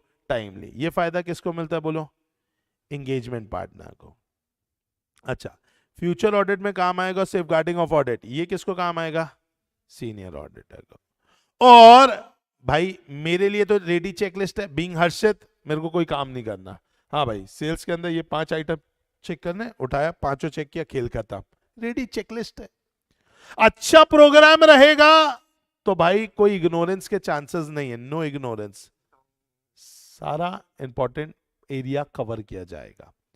इंस्ट्रक्शन फॉर स्टाफ रहता है, पहले ये काम करना, फिर ये काम करना, फिर ये काम करना, टेंशन ही नहीं ना यार। वो कितना अच्छा मैगी वाला, पहले पानी डालो, फिर मैगी को डालो, फिर गैस चालू करो, फिर उबलने दो, 2 मिनट के बाद मसाला डालो, स्टेप बाय स्टेप। तुम पता चला पहले ही मसाला डाल के बैठे हुए उस पर। तो इसीलिए वो स्टेप बाय स्टेप काम दिया, तो अपन को टेंशन फ्री, पहले ये करना, फिर ये करना, फिर ये करना, फिर ये करना, अपन को दिमाग लगाने का नहीं। ये किसका फायदा है? आर्टिकल का। आर्टिकल तो दिमाग मत लगा, अरे वैसे ही थोड़ा सा है उसमें, वो भी यहीं लगा देगा, दिक्कत हो जाएगी। समझ में आए कि नहीं आए? तो ये अलग अलग लोगों के क्या है बताइए फायदे। लेकिन हर सिक्के के कितने पहलू हैं बेटा? दो। एक है अच्छा तो एक है, एक है एडवांटेज तो एक है डिसएडवांटेज। जैसे मैं जानना चाहता हूं बेटा सीए करने का क्या डिसएडवांटेज है? सीए करने का क्या डिसएडवांटेज है बताओ? कुछ तो होगा यार, जिंदगी में कोई तो होगा, हर सिक्के के दो पहलू होते हैं। बहुत लंबा है। सच जवानी चली जाती है। तुम जवानी का क्या कर लेते बेटा? अगर बच भी जाती है जवानी तो क्या करते इसका? किसी कॉलेज की सीढ़ी में बैठे रहते बेटा बैग लेकर के, और क्या कर रहे होते? तो ऑब्वियस सी बात है, मतलब कि अगर देखा जाए तो जनरली बच्चों के दिमाग से यही आंसर आता है, सर जवानी खत्म हो जाती। तो भाई तुम्हारे जवानी का कोई काम भी नहीं है, बैठ के चैटे करोगे, रील कराओगे, टिकटॉक करके कच्चा बादाम में नाचोगे। इससे अच्छा तो देश की भलाई के लिए कुछ ना कुछ तो काम कर ही रहे हो यहाँ बैठे बैठे। तो ऑन दैट बेसिस अगर देखा जाए, जैसे कोई डिसएडवांटेज है नहीं, हम बनाते हैं। बल्कि देखा जाए तो सीए कितना प्यारा और कितना छोटा कोर्स है। देखा जाए तो इसमें जवानी बच जाती है तुम्हारी। 3 साल में बीकॉम करते, 3 साल में सी की डिग्री है। तुम समझ लो ना, 18 के होते तब 12th क्लास में जाते हो। तुम 21 से 22 साल की उम्र में लाख रुपए 2 लाख रुपए महीना छाप सकते हो। बस थिंग इज दैट कि 18 से 22 वाला जो दौर है उसमें भयंकर मेहनत करनी पड़ेगी। बस वो करना है यार, उसके बाद तो लाइफ सेट है, वाकई में सेट है, बोलने वाली सेट नहीं है कि जैसा पापा मम्मी बोलते थे ना, बेटा 10th का बोर्ड दे दो फिर तो जिंदगी सेट है, 12th का बोर्ड दे दो तो जिंदगी सेट है। लेकिन हाँ, वाकई में सीए बनने के बाद वाकई में जिंदगी सेट है, क्योंकि आपको जो चाहिए वो आपको मिल रहा है। हाँ देखो, लाइफ में काम तो करना पड़ेगा। आप ये सोचो बेटा बेटा वो अपन शेख हबीबी तो है नहीं कि आ करके अंगूर खिलाया जाए अपन को, तो वैसा काम तो अपन को नहीं है। मेहनत करनी पड़ेगी, लेकिन वो मेहनत की बात ही अलग होगी। होता ना, क्रिकेट खेलने में भी मेहनत है लेकिन उसका मजा अलग है, फुटबॉल खेलने में मेहनत है उसका मजा अलग है। वैसे सीए करने में भी काम, मतलब सीए का काम करने में भी मेहनत है लेकिन उसका मजा अलग है, क्योंकि उसमें रिवॉर्ड ज्यादा है। तो देखा जाए तो ये जो है ना कि समय ज्यादा लगता है, जवानी जाती है, this is not disadvantage, this is limitation. This is what? Limitation. और इसी से हमारा इंटरनल ये ऑडिट प्रोग्राम का जाता है कि ऑडिट प्रोग्राम के कोई डिसएडवांटेज नहीं है, ऑडिट प्रोग्राम का लिमिटेशन है। और ये जो डिसएडवांटेज वाले लोग हैं ना, जो बोलते हैं डिसएडवांटेज है, ये गलत है, ये गलत है, ये गलती प्रोग्राम की नहीं है, ये गलती उनकी खुद की है। सर जैसे बोलते हैं कि भैया ऑडिट प्रोग्राम ना काफी मैकेनिकल होता है, काफी मोनोटोनस होता है। प्रोग्राम को देखो काम करो, प्रोग्राम को देखो काम करो, प्रोग्राम में लिखा है वो कर लो, प्रोग्राम में ये लिखा है ये कर लो। तो भैया अब ये लिखा है और ये कर लो, आप बोल रहे हो मैकेनिकल है, तो ये मैकेनिकल अगर है तो ये गलती आर्टिकल की है कि वो देख रहा है कर रहा है, देख रहा है कर रहा है, देख रहा है कर रहा है। दिमाग लगाना अपना, तो थोड़ा तू दिमाग लगा, तो ऑटोमेटिकली वो मोनोटोनसी आपको लगेगी नहीं।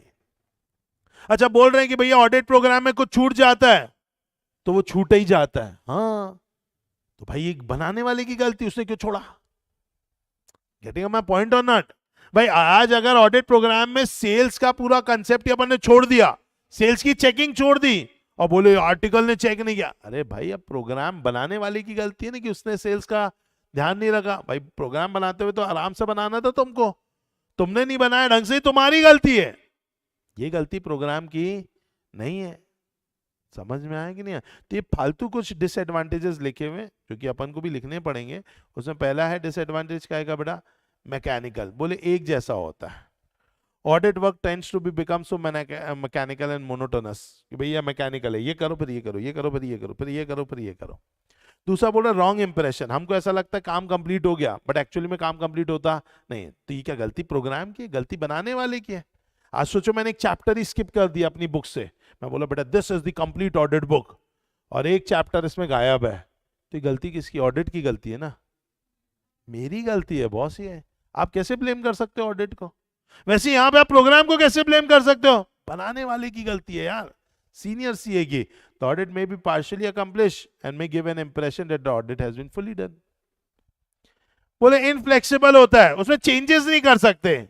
ये कौन करने नहीं दे रहा चेंज? प्रोग्राम करने नहीं दे रहा, सीनियर। सीनियर बोल रहा है ए आर्टिकल जितने तेरे को अटेम्प्ट लगे उससे ज्यादा तो मैं साल से क्या कर रहा हूं? सीए वाला काम कर रहा हूं। समझ में आया कि नहीं आया? तो ऑब्वियस ही बात है, मेरे को सब ज्ञान, मेरे को पता है नए नए आए हो, ठीक है, तो ज्ञान मत दिखाओ, जितना मैं बोल रहा हूँ चुपचाप काम करो। तो ये इनफ्लेक्सिबल किसने रखा? सीनियर ने रखा। सीनियर बोलता भाई नहीं, या तुम लोग नए लोग हो, तुम लोग के काम करने का तरीका बहुत अलग है, वेरी गुड, कुछ नया पॉइंट है मेरे को भी बताओ। अब वो ऐसा है ही नहीं आदमी, तो गलती प्रोग्राम की नहीं, गलती किसकी है? सीनियर की है। लैक ऑफ इनिशिएटिव, अब आपकी गलती निकाल रहे हैं बेटा। बोले आप इनिशिएटिव नहीं लेते, आप बोलते हो शरबत बना बनाया दे दो ना, चम्मच यहाँ तक लाओ, आप ही चबा दो, डाइजेस्ट बस हम कैसे कर ले ये समझा दो, तो वो कैसे होगा? थोड़ा तो आपको भी काम करना पड़ेगा।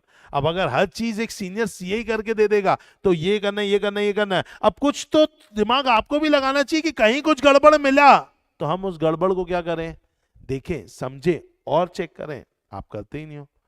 program may become what? Ineffective if there is a change in what दोस्तों nature of the business, then program must be changed, लेकिन हम चेंज ही नहीं कर रहे हैं। गलती किसकी है? सीनियर की। And last one, shelter for inefficient assistant. क्या हो जाता है भाई, अगर मान लो प्रोग्राम में गड़बड़ है और अगर गड़बड़ आपके असिस्टेंट में भी है, डेट इज आर्टिकल में भी है, लेकिन आर्टिकल क्या बोलेगा? साहब प्रोग्राम देखो अपना, मेरी गलती नहीं, आपका प्रोग्राम ही गंदा था। तो एक्चुअली गलती अगर इसकी भी रहेगी तो आप कुछ बेचारे को नहीं बोल पाओगे। क्यों नहीं बोल पाओगे? बोलो ना, क्योंकि वो प्रोग्राम के अंदर ही गलती थी। क्या ये बात समझ में आई? तो दीज आर दी व्हाट दोस्तों डिसएडवांटेजेस। समझ में आए? Last concept of the day, ठीक है। इसके पहले एक क्वेश्चन है, ये आपको कल के लिए होमवर्क रहेगा ये क्वेश्चन, ठीक है। अब last question of the day जो कि अपन को पता ही है, क्या पूछ रहा है? वे टू डू व्हाट दोस्तों? Systematic and efficient audit. कोई भी अच्छा ऑडिट करने के क्या तरीके? तो पहला तरीका ये, you have to be regular, you have to be what दोस्तों? रेगुलर। दूसरा, रिकॉर्ड ऑफ टाइम, टाइम का रिकॉर्ड होना चाहिए कि इतने बजे ये किया, इतने बजे ये किया, ये किया। ऑडिट जब भी करो कैसा करो? कंप्लीट करो, प्रॉपर डॉक्यूमेंटेशन होना चाहिए। Confidentiality, what is confidentiality? किसी को काम किसी को मत बताओ। फिर क्या है? स्टैंपिंग, जहां कहीं कुछ गड़बड़ मिले आपको एक स्टैंपिंग ऐसा मार्क लगाना चाहिए जिससे पता चले यहाँ पे कुछ गड़बड़ हुई है। तो इसीलिए जब आप सीए के यहाँ जाओगे तो वो आपको क्या देंगे? स्टिक नोट्स देते हैं, पेपर वाले होते हैं, यहाँ पे कुछ गड़बड़ है बेटा, वहां पे उस बिल के ऊपर स्टिक नोट लगा दो और लिख दो एरर, क्या प्रॉब्लम है। तो इसीलिए जब सीए के ऑफिस में जाओगे ना तो किसी फाइल में बहुत सारे ऐसे स्टिक नोट्स निकले हुए निकलेंगे, दिखेंगे आपको बाहर ऐसे लहराते हुए बेटा। उसके पीछे कारण क्या है? उसमें प्रॉब्लम लिखी है कि ये बिल की अकाउंटिंग नहीं हुई, ये बिल का अमाउंट गलत है, ये बिल का डेट गलत है, ये बिल में ऑथराइजेशन नहीं है। आप अलग अलग प्रकार की क्या निकालोगे? क्वेरी। फिर है कलर डिफ्रेंशिएशन, हमेशा अपन को टिक किससे लगाना है? रेड पेन से, ग्रीन पेन से। सुपरविजन कौन करेगा? Engagement partner. रेगुलर मीटिंग होनी चाहिए, किसके साथ? हमारी एंगेजमेंट टीम की। और फ्लेक्सिबिलिटी, हम काम को फ्लेक्सिबल तरीके से क्या कर पाए? प्रोग्राम को हिला पाए। तो ये सब आपको करना पड़ेगा। पहला हो गया रेगुलरिटी, दूसरा हो गया रिकॉर्ड ऑफ टाइम, तीसरा हो गया completeness, documentation, confidentiality, stamping, colour differentiation, supervision, regular meeting and flexibility. बोलो, समझ में आ गया? पक्का? अच्छे से? चलो, तो इस तरीके से we have completed our what दोस्तों? दिस चैप्टर नंबर 4 पूरा ही हो गया हमारा चैप्टर नंबर 4 अगर आप देखेंगे तो। जिसमें हमारा पार्ट था डॉक्यूमेंटेशन का, प्लानिंग का, ऐसे 210 का, ठीक है। ये ब्लैंक स्पेस पे एक आएगा, एक क्या, एक छोटा सा डायग्राम आएगा जो अपन नेक्स्ट क्लास में बना लेंगे डायग्राम को। बट ये चीज़ आपको समझ में आई कि नहीं आई? पक्का? तो इसके अंतर्गत अभी तक के अगर हम बात करें तो हमने एक तरीके से एक नया स्टैंडर्ड ऐसे 300 पढ़ा है अभी बड़े बड़े स्टैंडर्ड 315 और 330 बाकी हैं। ये अपन पढ़ेंगे कब? ये अपन पढ़ेंगे जब अपन चैप्टर नंबर 5 में आएंगे। चैप्टर नंबर 5 थोड़ा सा धुरंधर चैप्टर है जिसका नाम क्या है? Internal control. अभी अपन ने समझा है धंधा, अब समझना पड़ेगा धंधा करने का तरीका, तो वो आपका इंटरनल कंट्रोल के अंतर्गत आता है। काफी धुरंधर चैप्टर है, अच्छा चैप्टर है, बहुत ध्यान से आपको करना पड़ेगा, ठीक है। और इसके अंतर्गत है ये चैप्टर जैसे ही कंप्लीट होता है तो ऑडिट का एक मेजर पोर्शन हमारा कंप्लीट हो जाएगा। समझ में आया? पक्का? अच्छे तरीके से? चलिए, तो आज के लिए कर रहे हैं अपन इतना ही दोस्तों। Thank you so much, tata बाबा, सी या, बाय बाय।